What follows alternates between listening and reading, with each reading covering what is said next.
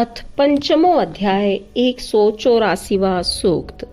हे सत्य के पालक अश्विनी कुमारों, हमने तुम्हें आवाहित किया है। हम अग्नि प्रज्वलित करते हुए श्रोतों का गान करते हैं। हमारे आह्वान को सुनकर तुम यहाँ आगमन करो।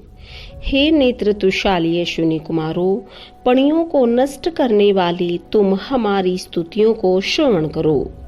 दोनों सुपात्रों को खोज दे और उन पर कृपा करने वाले तुम दोनों को हम श्रोतों से आनंदित करते हैं। संसार का पोषण करने वाले हे अश्विनी कुमारों, तुम रथ पर सवार होकर बाण की गति से सुगम मार्ग द्वारा गमन करते हो। समुद्र से उत्पन्न वरुण के प्राचीन रथ के अश्वों के समान ही तुम दोनों के अश्व यश को प्राप्त होते हैं। हे दानी मधुर रस से युक्त अश्विनी कुमारों, तुम दोनों की कृपा पात्र कर सभी लोग श्रेष्ठ पराक्रम की कामना से आनंदित होते हैं। तुम्हारी कृपाओं को हम भी प्राप्त करें। मान्य द्वारा रचित स्रोतों को तुम प्रेरित करो। हे अश्विनी कुमारों, ये स्रोत तुम्हारे निमित्त तैयार किए गए हैं। तुम इनसे प्रसन्नता को प्राप्त कर सपरिवार ऋषि अगस्त्य के घर जाओ। हम जिस अज्ञानता रूपी अंधकार में घिरे थे, हे अश्विनी कुमारों, उसे हमने पार कर लिया है। तुम्हारे लिए हमने स्रोत गाए हैं। हमें अन्न, बल तथा विजय प्रदान करने के निमित्त तुम उसी मार्ग से आगमन करो जिस पर देवगण गमन करते हैं। 185वां सूक्त। आकाश और पृथ्वी में से कौन सबसे पहले उत्पन्न हुआ और कौन बाद में हुआ? हे ऋषियों, इस रहस्य से कौन परिचित है? दिन और रात्रि का निर्माण करने वाले ये दोनों सारे संसार को धारण कर चक्र के समान घूमते हैं। पदयुक्त प्राणियों को धारण करने वाले आकाश पृथ्वी स्वयं पद विहीन है। जैसे माता पिता अपने पुत्र की सहायता करते हैं, वैसे ही पृथ्वी आकाश आपदाओं आदि से हमारी रक्षा करने वाले हों। पाप कर्मों से हमारी सुरक्षा करने वाले हे धावा पृथ्वी, हम जिस अविनाशी पाप मुक्त हिंसा रहित धन और वैभव की इच्छा करते हैं, तुम वैसा वैभव अपने स्तोताओं को प्राप्त कराओ। कभी पीड़ित या शिथिल न होने वाले आकाश पृथ्वी देवताओं के शक्ति के उत्पादक हैं और अपने रक्षा साधनों से प्राणियों की सुरक्षा करते हैं। ये रात दिन के पापों से हमारी रक्षा करें। परस्पर सहयोग करने वाले धावा पृथ्वी के पिता के निकट रहकर भुवन की नाभि को सूंघते हैं। ये धावा पृथ्वी सभी दुखों और कष्टों से हमारी रक्षा करे। सबके आश्रयभूत तथा सबके उत्पन्न करने वाले उत्तम स्वरूप तथा अमृत को धारण करने वाले धावा पृथ्वी को देव शक्तियों की प्रसन्नता के निमित्त हम यज्ञ कार्य के लिए आवाहित करते हैं। वे पाप कृत्यों से हमें संरक्षित करें। सुंदर तथा विभिन्न आकृतियों वाले, सबको धारण करने वाले, अत्यधिक व्यापक, जिनकी सीमा का कोई अंत नहीं, ऐसे धावा पृथ्वी की इस यज्ञ में आने के लिए हम याचना करते हैं। वे पाप रूपी कष्टों से हमारी रक्षा करें।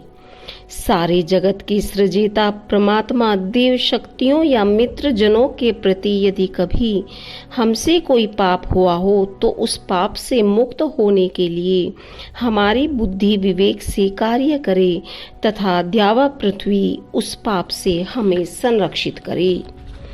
अपने संरक्षण साधनों से आकाश पृथ्वी हमारा पोषण करे। हे देवताओं, हम अनादि से संपन्न होकर दान आदि की प्रवृत्ति को स्थिर रखें। पिता रूप आकाश और माता रूप पृथ्वी अपने रक्षा साधनों से हमें संरक्षित करे। अत्यंत निकट रहने वाले ये दोनों हर प्रकार के अनिष्टों से हमारी रक्षा करें। हे पिता माता रूप धावा पृथ्वी, इस यज्ञ में तुम्हारे निमित्त हम जो स्तुतियां करते हैं, उसका प्रतिफल हमें यह मिले कि तुम दोनों हमारी रक्षा करो तथा हमें अन्न बल और दीर्घायु प्राप्त हो। 186वां सूक्त।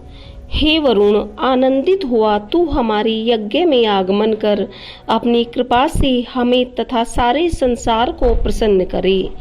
सबका मंगल करने वाला सविता देव प्रशंसित तथा अनियुक्त होकर हमारे यज्ञ में आगमन करे। शत्रु संहारक मित्र वरुण और अर्यमा हमारे निकट आए तथा हमारी वृद्धि करें। ये सभी देव शत्रुओं पर विजय प्राप्त कर हमारे बल को भी क्षीण न होने दें। अतिथि के समान पूजनीय अग्नि की हम श्रोतों द्वारा स्तुतियां करते हैं। वह स्तुतियों से प्रेरित होकर शत्रुओं का संहार करे तथा हमसे स्नेहपूर्ण व्यवहार करे। शत्रुओं में भय उत्पन्न करने वाला वरुण हमें अन्न प्रदान करे तथा यशस्वी बनाए। हे विश्व देवाओं, हम मन के विकार रूपी शत्रुओं पर विजय पाने की कामना से प्रातः और सायं उसी प्रकार तुम्हारे निकट पहुँचते हैं जिस प्रकार श्रेष्ठ दुग्ध प्रदान करने वाली गौएं ग्वालों के पास जाती हैं।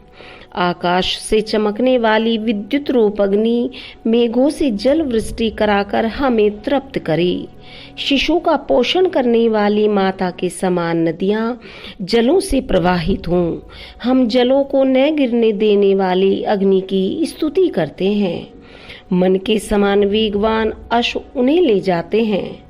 यजमानों के स्नेहो त्वष्टा तथा वृत्रासुर का संहार करके सबके द्वारा प्रशंसित हुआ इंद्र हमारे सत्कर्मों में सहायक होने के निमित्त हमारे इस यज्ञ में आगमन करे।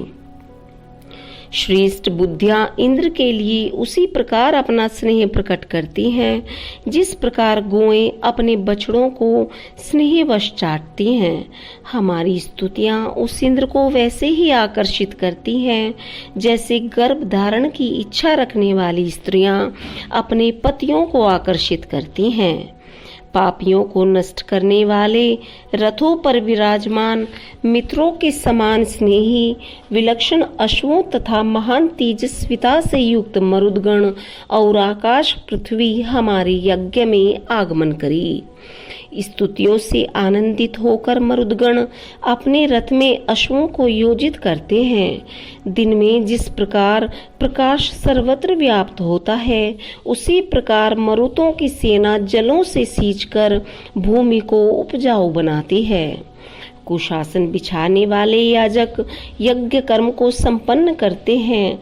इससे मरुतों के यश की वृद्धि होती है। हे मनुष्यों, तुम अश्विनी कुमारों पूषा, विष्णु, वायु तथा ऋभुओं के स्वामी देवताओं की अपनी रक्षा के निमित्त स्तुति करो।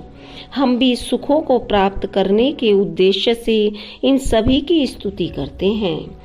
मनुष्यों के अभीष्ट को पूर्ण करने तथा आवास आदि प्रदान करने वाले ही यज्ञ देवता इसी प्रकार तेरा तेज देवताओं को ऐश्वर्य प्राप्त कराता है। उस तेज को हम अपने भीतर व्याप्त करें जिससे हम यजमान उत्तम धन बल और दीर्घायु को प्राप्त कर सकें।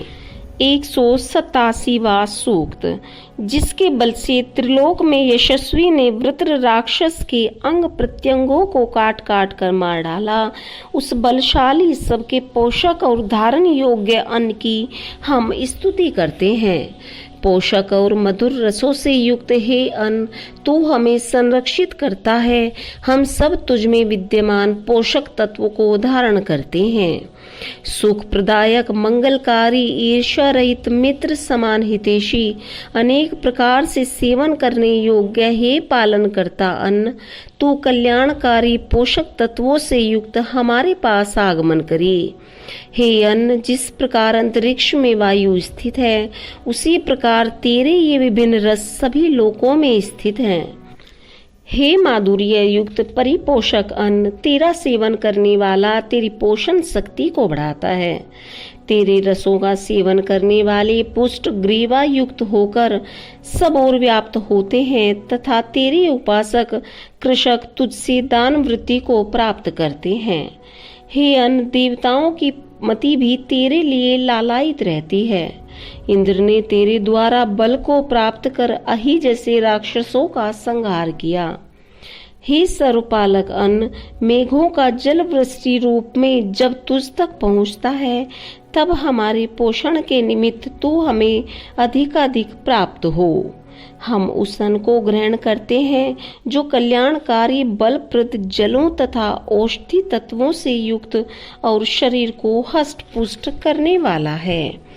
अन्न रूप में जब जौ, गेहूं आदि के साथ गौ दुग्ध एवं घृत आदि का सेवन किया जाता है, तब शारीरिक स्वास्थ्य की वृद्धि होती है। हे औषधि रूप अन्न, तू अत्यंत पौष्टिक, आरोग्यप्रद और इंद्रिय सामर्थ्य की वृद्धि करने वाला है। परिपक्व अन्न के सेवन से हमारा स्वास्थ्य उन्नत हो। देवताओं और मनुष्यों दोनों को ही समान रूप से आनंदित करने वाले हे अन्न, जैसे ग्वाले दुग्ध के निमित्त गौओं का दोहन करते हैं, वैसे ही हम श्रोतों द्वारा तेरी स्तुति करते हैं। 188वां सूक्त। सहस्त्रों शत्रुओं को जीतने वाले हे अग्नि, देवताओं के तेज के समान तू स्वयं ही प्रदीप्त हुआ है। तू हमारी हवियों को देवताओं तक पहुँचाए। संरक्षण करता तथा सहस्त्रों प्रकार के माधुर्य रुक्त रसों को ग्रहण करने वाला अग्नि यज्ञ भूमि में जाकर वहां हवि रूप अन्नों में प्राण तत्व का संचार करता है। हमारे आह्वान किए जाने पर अनेक देवताओं सहित हमारे यज्ञ में आगमन करने वाले हे अग्नि, तू सहस्त्रों प्रकार के ऐश्वर्यों को धारण करने वाला है। हे आदित्यों, जिस आसन पर तुम सहस्त्रों वीरों के साथ प्रतिष्ठित होते हो, ऐसे कुशासन यजमान मंत्रोच्चारण के साथ बिछाते हैं। अनेक यज्ञ द्वारों से घृत की वर्षा करने वाला अग्नि परमात्मा के समान विभू, तेजस्वी तथा विराट एवं शासक है। हे उषे, हे रात्रि, उत्तम स्वरूप वाली तुम दोनों हमारे यज्ञ में प्रतिष्ठित होकर शोभायमान हो। हमारे यज्ञ को संपन्न करने वाले मेधावी होता, सर्वोत्तम प्रखर वाणी का प्रयोग करने वाले तथा दिव्य गुणों से युक्त होते हैं। हमें ऐश्वर्य युक्त तथा यशस्वी बनाने वाली हे भारती, ईला तथा सरस्वती देवियों, हम तुम्हें आवाहित करते हैं तथा तुम्हारे निमित्त स्तुति करते हैं। पशुओं को उत्पन्न करने वाला त्वष्टा रूप बदलने की कला में दक्ष हे त्वष्टा, तू हमारे पशुओं की वृद्धि कर। जिस हव्य का अग्नि सेवन करता है, हे वनस्पति, तू अपने बल और सामर्थ्य से उस हव्य पदार्थ को उत्पन्न करे। स्वाहा शब्द के साथ प्रदत्त आहुतियों से प्रज्वलित होने वाला अग्नि गायत्री मंत्र के उच्चारण से सुशोभित तथा देवताओं में सदा आगे रहने वाला है। 189वां सूक्त। हमें सन्मार्ग पर ले चलने वाले हे अग्नि, तू हमें पाप रूपी शत्रुओं से बचाए। इसके लिए हम तुझे नमन करते हैं, तेरे निमित्त श्रोत कहते हैं। हे अग्नि, तेरी कृपा से हम पाप कृत्यों एवं कष्टकारी दुखों से मुक्त हों। यह पृथ्वी हमारे लिए विस्तृत तथा नगर वृद्धि कारक हो। तू हमारे भयों को दूर करे तथा संतानों को सुख देने वाला हो। हे अग्नि, यज्ञ न करने वाले सदा रोगी रहते हैं। तू यज्ञ द्वारा हमारी सभी रोगों का शमन करे। हे देव, तू सभी अमर देवताओं के साथ हमारे मंगल की कामना करे तथा यज्ञ स्थल पर सबके साथ आगमन करे।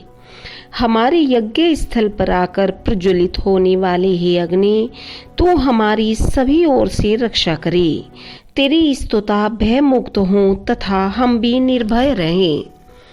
हे बलशाली अग्नि, पाप कर्मों से उपार्जित अन्न का भक्षण करने वाले सुखनाशक शत्रु के बंधन में तू हमें न डाल तथा दांतों से काटने वाले हिंसकों एवं दस्युओं के अधीन भी न कर। हे अग्नि, तू दुर्बुद्धि से ग्रस्त दुर्व्यवहार युक्त दुष्ट कर्मियों को निश्चित ही दंडित करने वाला है। तेरी स्तुता, तेरा स्तवन करते हुए शारीरिक दृष्टि से पुष्ट होकर बैरियों से स्वयं को संरक्षित करते हैं। हे पूजनीय अग्नि, तू यज्ञ कर्मा तथा यज्ञहीन इन दोनों से परिचित होता हुआ उषा काल में यज्ञकर्ता को प्राप्त होता है तथा यज्ञ में उपस्थित यजमान को तू अभीष्ट फल प्रदान करता है और उन्हें सन्मार्ग की ओर प्रेरित करता है। यजमान भी तुझे सदा सुशोभित करते हैं। यज्ञ के उत्पन्न करता इस अग्नि के लिए हम सभी प्रकार के स्रोतों को गाते हैं। हम ऋषियों की सामर्थ्य से अनेक प्रकार के धनों का उपभोग करें तथा अन्न, बल एवं दीर्घायु को प्राप्त करें। 190वां सूक्त। हे मनुष्यों, समस्त देवताओं में पूज्य बृहस्पति के वचनों का देव और मनुष्य सभी आदर एवं श्रद्धा पूर्वक श्रवण करते हैं।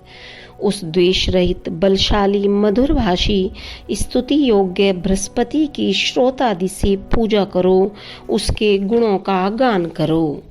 देव बनने की कामना वाले मनुष्यों को उत्पन्न करने वाला वायु के समान वेगवान बृहस्पति श्रेष्ठ वस्तुओं से प्रचुर बल से उत्पन्न हुआ। उचित समय पर की गई स्तुतियों को बृहस्पति अवश्य स्वीकार करता है। याजकों की स्तुतियां, अन्न आदि एवं स्तोत्र मंत्रों को ग्रहण करने वाले बृहस्पति के क्रूरता रहित कर्तव्य से ही सूर्य भयानक मृग के समान बलशाली होता है। आकाश और पृथ्वी में बृहस्पति का यश चारों ओर व्याप्त है।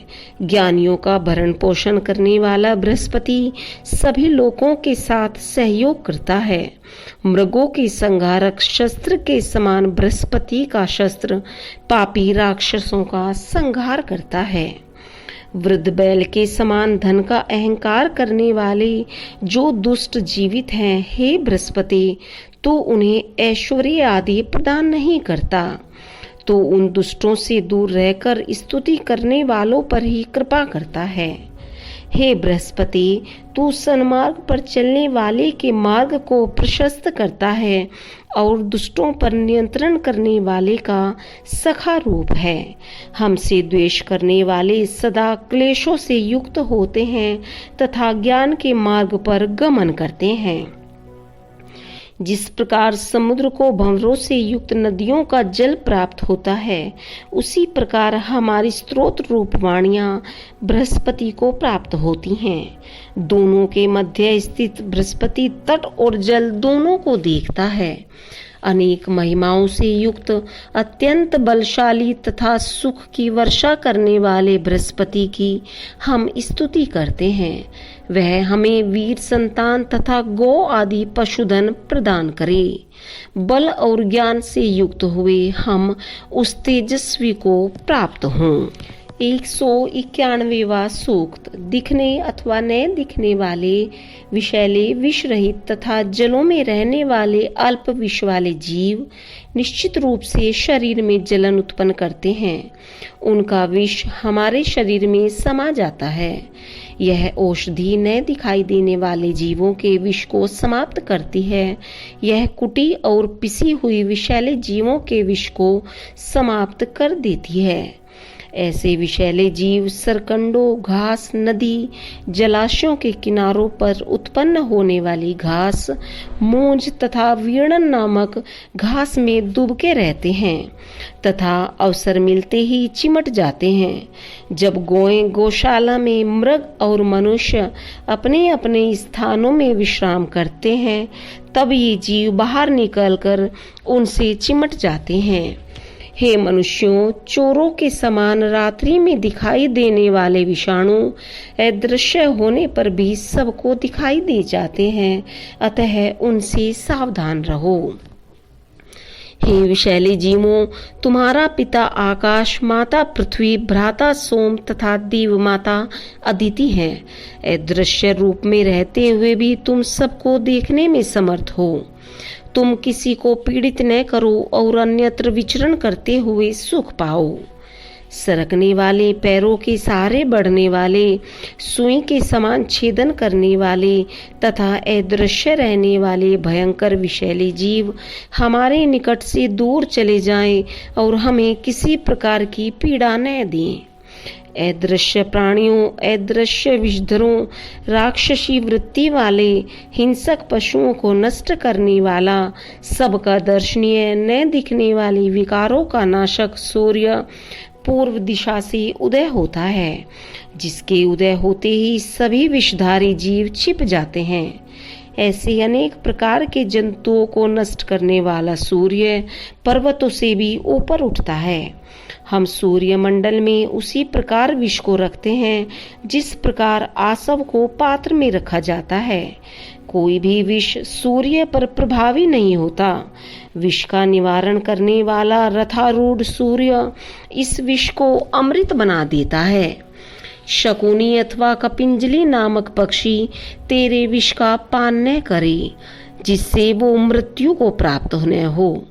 इससे हमारे विष का निवारण भी हो जाए तथा मधुला शक्ति इस विष के निमित्त मृत्यु निवारक तैयार हो। विषैले फलों का भक्षण करने वाली 21 प्रकार की चिड़ियाएं इस विष से तनिक भी प्रभावित नहीं होती। ऐसे ही हम भी विष के प्रभाव से रहित हों। अश्वारूढ़ सूर्य ने भी इस विष का निवारण किया है। मधुला इस विष को भी अमृत बना देती है। विष निवारक 99 प्रकार की औषधियों के हम ज्ञाता हैं। उन औषधियों के प्रभाव से हर प्रकार के विष का शमन हो जाता है। सूर्य इस विष का निवारण करे और मधुला इसे अमृत युक्त करे। हे विष से पीड़ित प्राणी, स्त्रियां जिस प्रकार गागर में जल को भर ले जाती हैं, उसी प्रकार 21 मोरनियां और 7 नदियां विष निवारक सिद्ध हों। अपनी ओर आने वाले विषैले सूक्ष्म कीट को हम पत्थर से मार डालते हैं। उसका भीषण विष दूसरी ओर का रुख करे। पर्वत से निकलने वाले कुशुंभक ने कहा कि बिच्छू का विष प्रभावहीन है। हे वृश्चिक, तेरा विष प्रभावहीन नहीं है, तू विषयुक्त है। इति प्रथमम मंडलम।